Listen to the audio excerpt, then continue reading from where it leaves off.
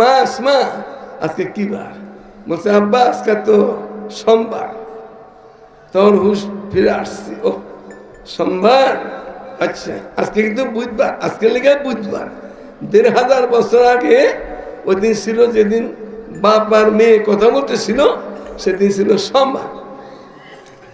তো বলছে কি মা, আমার নবী প্রিয় নবী, খালি নবী না তো শ্বশুরও তো, আমার নবী এই সোমবারে ইন্তেকাল করছিল। মেয়ে বলতে হ্যাঁ আব্বা এই সোমবারে ইন্তেকাল করছিল।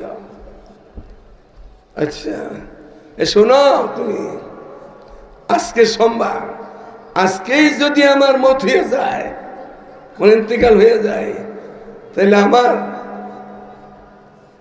ঘোষণা তো সবাই জানবে, আমার গোসল দেওয়াইবা, আমার কাফন পরাইবা, আমার খাটে শোয়াইবা। এগুলি কাকে বলতেছে? হাজরত সৈয়দা সিদ্দিকা আকবর তার মেয়েকে বলতেছে। তো এগুলি করার পরে আমার মৃত্যুদেহ, আমার লাশটাকে নিয়ে আমার নবীর রওজা শরীফের গেটের মধ্যে রেখে দিবা।